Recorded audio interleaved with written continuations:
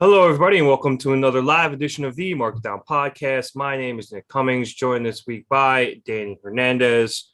We are recapping the latest episode of AEW Dynamite, which kicked off obviously with the Casino Battle Royale as a part of AEW's new journey towards crowning an interim AEW champion following, there's that word, following the injury to CM Punk. So we start with that. I just brought a few notes here since there was a lot going on, and then recapping the whole thing would be kind of annoying. Wheeler Yuta returned from Japan, which I thought was really cool, and we'll get back to him in a minute. And Andrade was the Joker, which I think were probably the big two entries in this battle royal.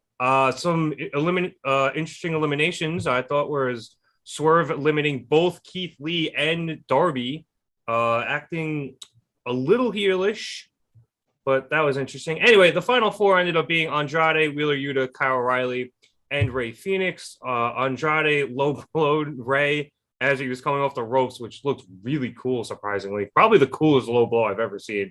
And he eliminated him. Then Andrade was charging at Wheeler Yuta while Kyle was holding him, since Kyle and Andrade were teaming up. But Wheeler was able to flip him over the ropes.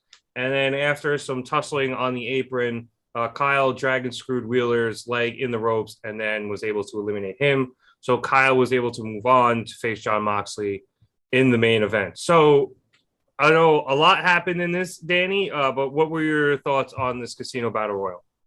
Well, I'm very glad you pointed out the Swerve stuff because that bothered me. Not in like a bad way, but in like a worked kind of way where I was like, "Fuck you, Swerve. You're a heel. You're the heel in this match." I don't think he's turning heel, but for this match, he was acting very heelish, and that's the only acceptable elimination of Keith Lee I'll take in this actually. So wasn't happy about it, but I'd rather Keith get eliminated like that than by anyone else in the match. So I'll take it. And I kind of agree about the low blow on Phoenix. That was because he put his all into that uppercut. Yeah, I wish James was here because I was literally gonna say, man, I really don't have much. That's like a cliche. I don't have that much bad to say about Andrade. Like he's a lame ass fucking joker. I'll get that out of the way. Yeah, that But was disappointing. I'll you agree. know, they're trying to temper expectations with jokers lately, so that's fine. And this is a great way to do that. But I was thinking too. I was like, when I used to talk all that shit about Andrade, I'd much rather he have been TNT champion than Darby or than Scorpio and Sammy these past couple months. So that's the nicest thing I'll say about Andrade. But the match was kind of long. I mean, not super long, but just longer than I guess I expect. There was a lot of people for a long time in this match. There was Yeah, only there like were three eliminations in the first 10 minutes. yeah, exactly. That's exactly what I was going to say. And they And one of missed them one of was them. Max Caster. Is bullshit.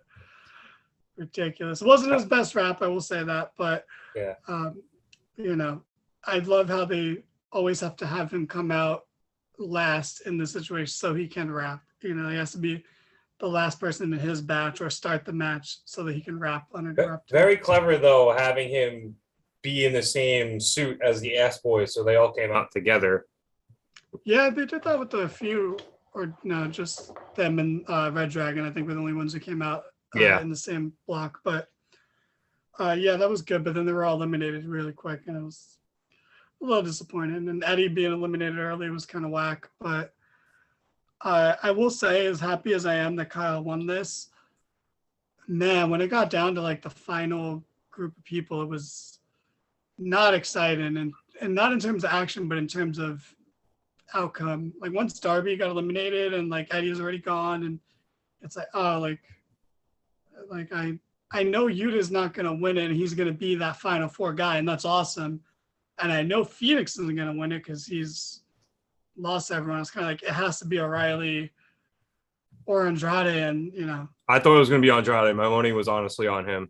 I wouldn't have minded because whoever's winning this is just gonna lose to Moxley. So like you could give that to whoever, it doesn't matter. Yeah, You which is know? why I thought they were going to give it to Andrade, especially now Yeah, that they brought that other guy in on Double or Nothing, and his return. You think, oh, okay, like they're going to get him and bring him to the finals. But I forgot about that from Double or Nothing. Holy shit. It But was rather quick. Like fun match, but just I don't know. It felt kind of like crowded. It never felt like it wasn't crowded. Yeah, I thought that was a big problem with the match where they didn't spread the eliminations out a lot. A lot of them took place after all of the suits came in, or even after Andrade came in. I thought the other problem too was because it was so crowded and because a lot was going on, they missed a lot of stuff initially on camera. Like they missed a few eliminations. Like Eddie's one of the biggest. Yeah, that was the main one I was gonna bring up was they missed the whole thing with Garcia and Eddie fighting on the apron, and then Eddie eliminating Garcia, and then Hager eliminating him, and then Hager get eliminating to the point where Eddie getting jumped afterwards. Like they missed the whole thing. They had to go back and show it on replay. At least they showed it, but just like you said, just too crowded, and it was just so busy that they were missing things, and it just made it a little hard to follow. If they had spread it out a bit more, like had certain guys eliminate each other early, like I know you're going to miss out on certain matchups there, but just in terms of pacing, it probably would have been better. Agreed. All right. So after that, we had a quick backstage Moxley promo, just yelling about Kyle and him winning and hyping up the match for later on. And then as we came back from commercial, we went straight to the commentary desk where they told us that Punk had undergone successful surgery on his leg today. So that's good to hear, and our best wishes to CM Punk.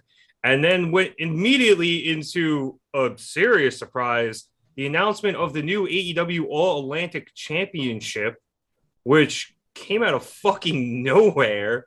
Apparently now there is a tournament that will culminate at Forbidden Door in a 4-way match. The first of those matches was the Pac versus Buddy Matthews match that they announced earlier in the day. Everyone in the tournament is not American, there will be a match in New Japan for the 4th slot. But before we get to the match, Danny, what do you think of this title and what the fuck? I think you put it well right there when you said, what the fuck? Why do we need another title? You're botching the TNT title as it is. Like, well, actually, I think they did a good job of correcting the TNT title tonight, but we'll get to that. But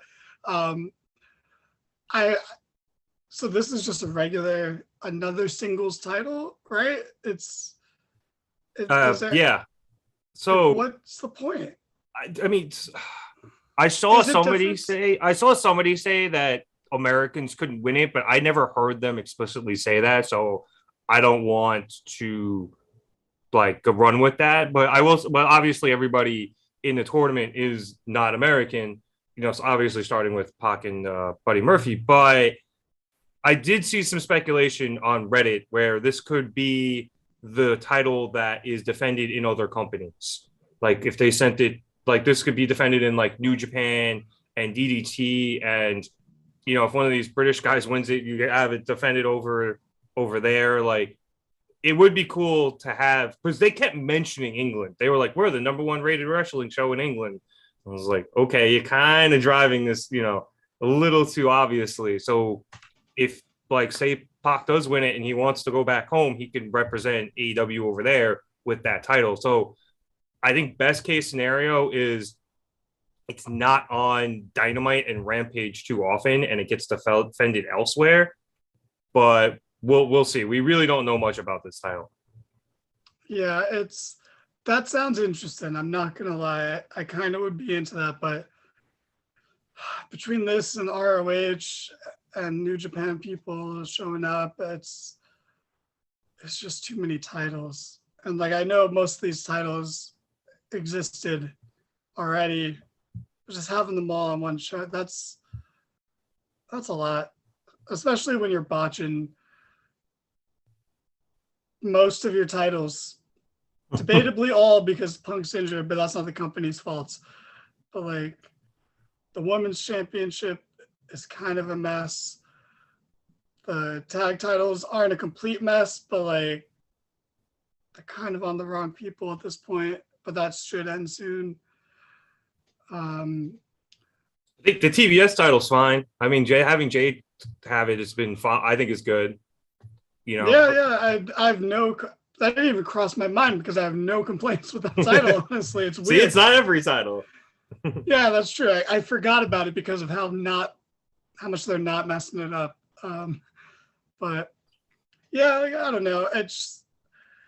I'll let it play out more before I fully complain about it. You know, like I'll see because I'm not gonna lie, when they were talking about a title, I was zoning out and not completely paying attention, just waiting for you or James to explain it to me. So it was so random. It was presented without any like pomp. I mean, there was some pomp and circumstance, like they did the video package for it, but there wasn't any build to this. There wasn't, no hints, no, hey, we're going to announce, a big announcement on Dynamite tonight. Just nothing. All of a sudden, it was like, hey, motherfuckers, new title. And it's, okay, what? Like, it also, completely came out of nowhere. Can we take a break with the tournaments? Like, we just finished 2 tournaments at the pay-per-view, and there's another tournament. At least this one is only 5 if you want to count the New Japan one, because it's 3 singles matches in AEW, 1 in Forbidden Door, and then we get the 4-way not 1 in New Japan, excuse me, and then we get the 4-way at Forbidden Door. So it's not like a huge tournament like they had with the Owen. Yeah, it's more like qualifying matches for the title match itself. Yeah, and you know what? I kind of think that that's better than what they're doing for the interim world champion, because that's a fucking mess. That's a tournament with an insane a bracket that doesn't make any sense. Like, you got to win a battle royal and then beat John Moxley to then face in the same winner day of a different match. It's like justice for Kyle O'Reilly, man. This was not fair for him whatsoever. But I understand the rush because they want to have the AEW championship on the line at Forbidden Door. So I get why they did it so quickly, but it still does kind of suck that we didn't get this big tournament out of it, because that would have been really cool. If, like, not all these guys, but if a lot of the guys in that battle royal were in a tournament, it would have been pretty sick. But if we didn't just have tournaments, yes, I agree. Yeah, that too. Yeah, if we didn't just have one. But let's get to the match that kicked off this new All Atlantic title tournament. That's just weird to say. Anyway, Pac versus Buddy Murphy. This match was every bit as good. Murphy. Oh, excuse me, Buddy Matthews. Ooh, had a flashback there. Sorry, buddy. But this match was every bit as good as I expected it to be. Just absolute banger between these two guys. Pac ended up winning with the Black Arrow and moves on to the 4-way. I loved this. I don't have any notes because it was just so good. I loved this. The only complaints I have aren't even serious ones. One's on production. They cut to commercial, I feel like, just 10 seconds too soon when they were doing the, like, goating each other and just sliding in and out of the ring spot. Because the spot where they're both standing next to each other on the outside was so good. I loved that spot. That and stare they down, cut to commercial before they started punching each other. I would have just wait 10 more seconds, like, I don't like, I know we got picture in picture, but that's not a real thing. It's bullshit. But fucking that's it. Minor complaint there. And then also, I just wanted Buddy to win, but I don't mind Pac winning. But Buddy is the Kyle O'Reilly of this group, and I want him to get those kind of singles pushes. But it's a great match. Loved it. These two delivered. They're great. They're both fantastic. Yeah. And again, if this new title does end up being defended in other countries, Pac would be a good person to have it, because, if he gets stuck, goes back to England again, he could defend it there. If he wants to go wrestle back in Japan, I'm blanking on the company he used to work for. It wasn't DDT. Was it Noah? I think it was Noah. I know it wasn't. Yeah, it wasn't DDT. I think it was Noah. That's when he didn't want to lose, like, something with Hangman. And he didn't want to lose the title. Champion, yeah, he didn't want to lose because he was weak. Yeah. I think and he's very loyal to them. So if he goes over, he would probably only wrestle there, and he probably wouldn't go to DDT or New Japan. So that might get a little tricky. But he defended in like an underground fight club on the streets of England or something. I could see him doing that. that'd be awesome. So, but I do think he's a good candidate to, if not win this title, hold it. So, but we'll see. I'm sure a lot more news will be coming with that as the weeks go on and we get closer to Forbidden Door. So after this, we had a quick Eddie Kingston backstage promo where he called out Jake Hager for a match on Rampage. This was hilarious. It was so pretty funny. He's like, I know what the C means. Live TV. Yeah, 30 seconds left. Yeah, I got it. I was almost wondering if he was poking fun at MJF because MJF did the same thing last week where he was yelling at the guy not to count him down. So I was wondering if he was poking fun at him or it was just something that he just was so frustrated in character that he ended up just screaming at the guy. I think there's been a steady escalation of Eddie being like this in backstage promos. So I think we were getting here no matter what. Yeah. And then after that, we come back for commercial for Trent Beretta promo, where he said that Roppongi Vice deserved another shot at the Ring of Honor championships after their no contest against FTR. FTR came out to pretty much agree, but said that Trent's beef wasn't with them. It was with United Empire, who he called Will Ospreay's bitch boys. And right on cue, Will Ospreay is in all elite wrestling, which was pretty fucking awesome to see. Not 2 seconds later, they cut back to the ring, and the aforementioned bitch boys in United Empire came in and just kicked the shit out of all three dudes. So I guess what's ever going on at Forbidden Door with Will Ospreay and United Empire is probably going to end up happening with FTR and Roppongi Vice. I guess so. This was pretty cool. We were having some discussions prior to this about whether Will Ospreay got a huge pop or not. And I would say when the music hit, the crowd was dead and did not care. But once they actually saw Will Ospreay, they changed their tune. And, so I think that was pretty cool. I felt the same way. I was like, yeah, I don't really care if the bitch boys are coming out or not. But then once Ospreay was actually there, I was like, oh, that's interesting. Because it's just like, I'm not a huge Ospreay guy or anything, but, I don't think you're allowed to have a wrestling podcast if you don't at least know who Will Ospreay is.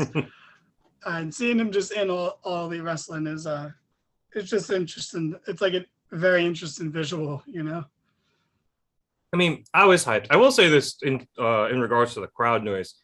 Their sound, especially during this promo, seemed pretty off all night. So I think the crowd was fairly loud, perhaps louder than we heard. What was I going to say? There was definitely a holy shit chant that happened during this segment. The beatdown, yeah. Yeah, so I think the crowd was sufficiently hyped. I think part of it was that there was just a lot of audio issues out of AEW tonight, which they are wanting to do. Like, they tend to have audio issues. We've talked about it ad nauseum. So I don't know. Perhaps the crowd, I think you're right about the music. It took them a second to realize who. I didn't realize who it was initially. Like, I don't know Will Ospreay's music. I know Will Ospreay. I've seen some matches, but I don't know his music. So I don't blame them for taking a second to realize, holy fuck, it's Will Ospreay. But I am looking forward to whatever they do with him at Forbidden Door because he is fucking awesome. So, all right, we'll move on here. After that, we had a backstage interview real quick with Kyle O'Reilly and William Regal, and Cole and Fish were there. Regal basically just tried to get in O'Reilly's head, and O'Reilly was like, fuck that, I'll be fine. But it was really cool to see, Undisputed Era, or Undisputed Elite now, and Regal interact again. And we'll talk about it a bit later, but during the main event match, Regal did give O'Reilly a lot of props, which I thought was pretty cool. Yeah, it's nice that they acknowledge the history they have, and this was just good. This was like visually pleasing. I was aesthetically stimulated and pleased by the sight of Regal and the Undisputed Era Elite. in a segment together. It was just nice to look at. It didn't matter what they said, but what they said was also great. But yeah. Also, just nice to see Regal distancing himself from Cole. He was like, "Yeah, I like O'Reilly Fishes. I don't group me in with Adam Cole there.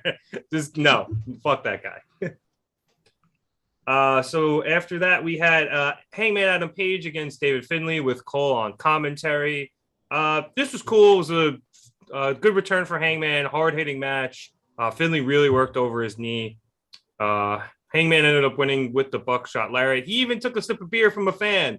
Finally, after all this time, we're back to the beer. So pandemic's over. Sure. Anyway, Cole was also on commentary for this match. Afterwards, Hangman grabbed the mic and said he wanted a shot at the IWGP World Championship and that he wants Okada, to which Cole said that's ridiculous, that he's on fire, he won the Owen, and he deserves a shot way more than Hangman does. So we'll see what happens. Cole did mention that Hangman might not even be champ by the time Forbidden Door comes around, and it could be Jay White. So, I mean, I don't know what's going on with there. James, unfortunately, is not able to join us tonight, so we don't have our New Japan insider, but we're getting a coin drop, I think, in AEW at some point, and I am excited for it. Oh yeah, I'm excited for Okada. I don't know if Hangman versus Okada is the match I really want, but it makes sense. Hangman was just champ. They both use lariats as their finisher, I guess. But I hated a lot of this, though. I just hated the sight of Cole and Page together again. It's way too soon. I don't want to see that ever again for a long time. Like, it did just happen. Yeah.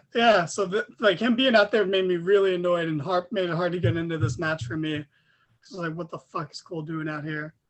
Also, he's holding a title that's not really a title that he won from the tournament they just had, as they're having 2 tournaments to crown 2 champions. It's fucking madness. But I loved Hangman's promo. I liked him taking a sip of beer from the fans. I think it was a little bit before this, but there was as Kevin, who's not with us in the chat tonight so far, pointed out to me, there was a sign in the crowd that said Knockout City is greater than Rocket League. And it is. It fucking is, okay? I don't have a lot to say about a lot of this show, but oh my God, please, person who brought that sign, add me on PlayStation, Skibbo_, and we will play at Knockout City. You can join my crew. It's the best fucking game. Get out of here, Rocket League. I have no problems with you, but fuck off, Rocket League. Somebody told me, it might have been you, told me what Knockout City was, and I completely forgot. Because I love Rocket League. It's dodgeball. It's like it's a first-person shooter, but it's dodgeball instead, or a third-person shooter, whatever. I don't know the difference. I don't know games that well, but it's basically a shooter, but you throw dodgeballs instead. You see your character, so I guess that's third-person shooter. Yeah, but it's the best. I love it. I do love Rocket League, but I haven't played Knockout City, so I can't comment to whether or not it's better. But don't disparage Rocket League. Rocket League's no, that's what I'm saying. I have no problem with Rocket League. Just I'm on the hype of that sign. I love that that's a reoccurring thing in AEW. People bringing obscure video game related signs on the camera side. I forget when it started, but like one person did it and it gained a lot of traction on like Reddit and Twitter and stuff. So now everybody does it. And Matthew does a thing on Botchamania, every episode where he puts all the signs up, and it's spread to other companies now too. It's not just AEW. So it happened to Hell in a Cell. Yeah, we're in response to an AEW sign. It's fucking yeah. There's a lot of like meta in it now too. It's kind of funny. I just hope it doesn't go too far, like because I don't want it to jump the shark. Just keep it the way it is. Don't get ridiculous. Don't make yourself the show. Just hold the sign up. Be funny. And keep it moving.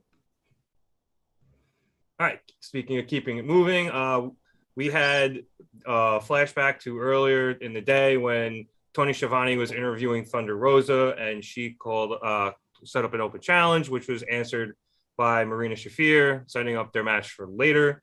Then Wardlow had an in-ring interview with Tony Schiavone where he stated that he opted not to be in the Casino Battle Royal because he doesn't want the title if he doesn't pin or submit CM Punk. And then he said he wants to win the TNT title because he's felt the last few champions have diminished it and brought it down. Scorpio Sky came out all pissed off, ready to fight him, but was stopped by Ethan Page and Dan Lambert because he has an injured leg. And that's an actual shoot. He is hurt. So before we get to the very end of this segment, Danny, there's the two parts of this. There's the first part with Wardlow saying he doesn't want the interim AEW championship. And then there's the part, obviously, where he says he's going after the TNT championship. So, I mean, both parts were awesome. This was like the coolest Wardlow's ever looked. Because I agree with him. Yeah, like, for like a week, it's like, why the fuck isn't Wardlow? Like, there was the whole thing, like, isn't Wardlow ranked? Why does Moxley get the buy and Wardlow doesn't? And they have that bullshit reasoning of like quality of opponents, and it's like also too. Tony didn't even mention Wardlow when he said, "Oh, quality of opponents and stuff." It was like he was like, "Oh yeah, Moxley has a better quality of opponents, and he has the most singles wins, tied with Anthony Ogogo, but he has all his on like Dark and Elevation, so he's like Moxley has better wins." Yeah. Also, he really doesn't though. He hasn't faced besides Brian. He's only that's it. Wheeler a couple of times. Moxley he beat Wheeler a couple of times. Yeah, that's each time. Wheeler was more credible than the last, but still, like Wardlow beat MJF, and he won that ladder match. I feel like it's, but anyway. Like, but I think that was after Wardlow opted out. Then Mox became number one contender. I think that's how that worked. Well, I'm saying now that him saying he didn't want it, like makes this all better instead of dealing with that like weird logistical nightmare that they set themselves up for. But like him doing that, badass. Because I'm with them. Fuck this interim championship now. Wardlow completely soured me on it. I was already kind of iffy on it, but like I was like, yeah, no, I'm on Wardlow's side completely, bro. He's right. Yeah, I want to face Punk. That should be everyone's mentality. It's like, yeah, like the fuck. So I loved that. And then, him saying how we all feel. That's literally all of Wardlow's push has been based on crowd reaction. And this was no different. He's like, yeah, the TNT championship has sucked lately, right? Like he's not like even shooting. He's going with the crowd. That's what a fucking baby face. It's fantastic. I'm all for Wardlow here. This is one of the best he's looked since he first turned on MJF. This was fantastic. Yeah. Shout out James mentioning Mox did beat Garcia as well. Good shout. I'm here for Wardlow. We're just trying to remember who he beat. But quality? Like, what the hell? I guess. Well, it's better than all the scrubs a Go-Go beat. Who the hell's talking about a Go-Go? I didn't even know he still worked Tony Khan did in that tweet where he mentioned the quality wins. Yeah, because Tony Khan's the only person that watches fucking Dark. So, of course, he would fucking think he needs to address that. What's up, John Bonner? What's up, JB? Hello, John. I'm here for everything Wardlow said about the TNT title. He's absolutely right. That all that booking's been a mess back since Cody won it. So, I think once Scorpio Sky gets healthy, put it on Wardlow, let him just ride that thing for a while. It'll be in much, much better shape. And it's just a good promo saying, yeah, it's been diminished because it has. It absolutely has. The other side of this, obviously, the first part where he said he doesn't want to beat Punk, I'm cool with it. I don't think it diminishes this interim title in any way. There are plenty of dudes and women in UFC who have explicitly stated in the past that they don't want the interim title because they want to beat the champ. So, and they've occasionally passed on title opportunities for the interim title, or they've won it and like refused to hold the belt, whether it's in the post-match interview or the post-match press conference or whatever. Like they've refused to carry it until Dana White says, hey, you're a fucking champ now. You have to carry it. Like, so, as a competitor, you can understand why someone would want to beat who they deem the actual champ instead of the interim champ. So Yeah, I'm totally cool with that. And I disagree with anybody who says it diminishes the interim championship. I have to fully disagree with that.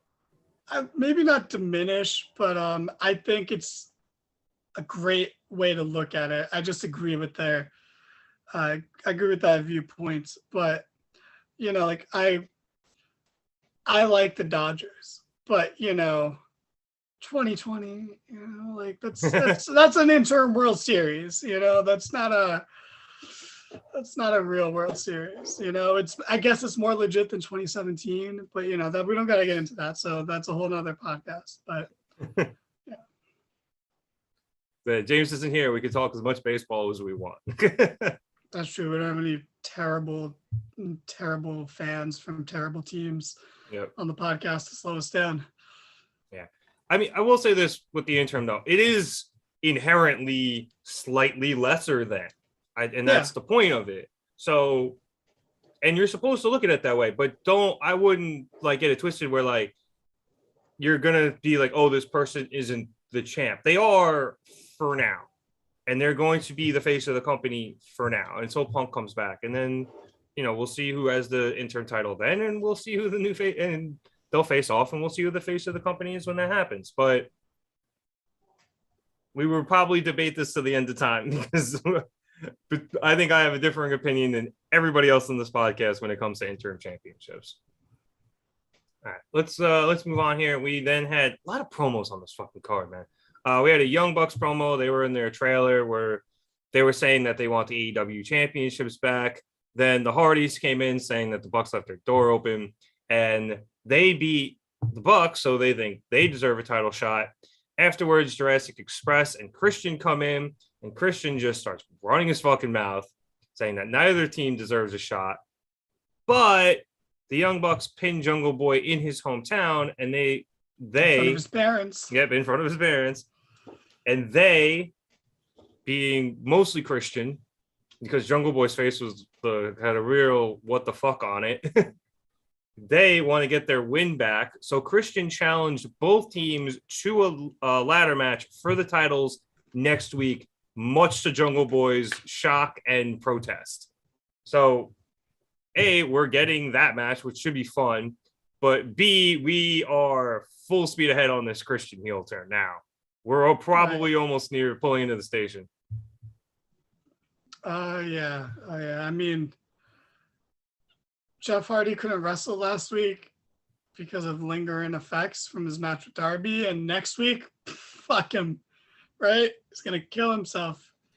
James, it's a Hardy party now, but it's going to be a funeral party real soon at this rate. So, yeah, he wasn't he concussed on Double or Nothing? And he had lingering issues from the Darby match, and now he's going to have a ladder match again? Yeah. Like, all jokes aside, god damn, bro, let the dude heal. I thought he was going to be out for at least a month. At least. He will be after next week. And I don't even think we're taking shots here. Like, the dude, he's really beat up. I'm so surprised. A, that he got cleared, and B, that he even wants to go again. Of course he wants. Well, that doesn't. Yeah, that as I said that, I was like, no, that's exactly what he wants. But I'm shocked he got cleared. I'm shocked that Tony's letting him go. Like, give the guy some time. We're not going to be upset. Well, maybe James will, but we're not going to be upset if Jeff Hardy misses a little bit of time and rests up and gets healthy. Like, it's totally okay. All right, so after that, we had Thunder Rosa versus Marina Shafir for the AEW's women's titles match. This match wasn't that it was bad, but it just lacked any sort of crowd-catching charisma. So, it was just very, very flat. I can explain everything that was wrong with this real quick. It's two things. Marina Shafir, last time she was on TV, lost to Jade. So she lost to the mid-card champion, and now she's facing the world champion. That doesn't look good because, again, we don't watch Dark, so only Tony Khan does. But the other problem is just don't announce it like this. don't have a promo backstage from earlier in the day where she's like, I'm going to have an open challenge, and then have that person. Just have her go to the ring and say, I'm having an open challenge. And then no matter whose music hits, they're going to get a pop because people are excited because there's an open challenge. It's a mystery. No one knows what's going to happen. And then the crowd will just inherently be more into the match. It's so easy. It's so easy to do this. All you had to do was not have the backstage segment earlier in the day. She just come out in the same amount of time and just say, I want to fight someone. Anyone come out face me for the title. She looks more badass. Like Shafir was more of a surprise and gets more better reaction. And then everything is just better. Problem solved. I mean, you could even do it where if you want to keep the backstage segment, because Thunder isn't always the best in the ring as a promo. If you would still want to keep it backstage, just have her announce that she's going to have an open challenge later, and then have her go to the ring and then do the same thing you said, surprise music hits, and like same outcome. So I don't know. I did see some people saying online that maybe Shafir isn't necessarily ready for TV. Her matches look a lot better when they're on dark and they're edited. But I genuinely haven't seen enough of her to make that call. I found this it wasn't like I said, nothing wrong with it. It just wasn't exciting. It was just fairly flat for me. Anyway, afterwards, Shafir, when Thunder Rosa won with a roll up, I'm not sure if I said that, but Shafir jumped her after the match. Toni Storm came in for the save, and then they teased a future title match with them. So I'm all here for Toni Storm versus Thunder Rosa. That should be fun. After that, we had a backstage interview with Jade Cargill and her merry band of miscreants to hype up the Red Velvet versus Chris Statlander match on Rampage. Tony cut the shit. And then we had Jon Moxley versus Kyle O'Reilly in the main event. Regal on commentary. Winner getting the winner of Tanahashi and Goto. This was everything I expected it to be. Hard-hitting, technical, a lot of reversals and of holds and everything. At one point, Kyle broke up a chicken wing chokehold by biting the rope, and then Mox kicked the rope as he was biting it, which was just as vicious. Even Regal was like, I'm rooting for Moxley, and that was hard to watch. Anyway, Mox ended up winning when he put Kyle in a bulldog choke, completely wore him down, hits a Regal knee, and ended it with the paradigm shift. So, all in all, good match. Like I said, everything I was expecting, just pure physicality. And now Moxley is moving on to Forbidden Door to challenge for the interim AEW championship. I mean, I have to separate the two things because this match ruled. I loved it. I love Kyle O'Reilly. He is the best part of that group. I don't care. He's the best. But it kind of feels like the whole night was pointless. We had to sit through a half hour of a Battle Royal for nothing because he's already not in contention anymore. It's like I'd rather have just had these two things on two different nights, like just do one tonight, one on Rampage, spread them out a little bit so it feels like we didn't half the show wasn't for nothing.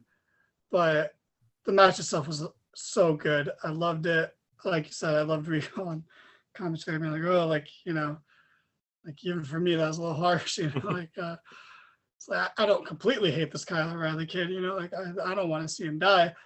And that's what he said to him earlier. He's like, it pains me that I'm gonna have to sit on commentary and call you getting your teeth kicked in, so this was in a bubble, in a vacuum.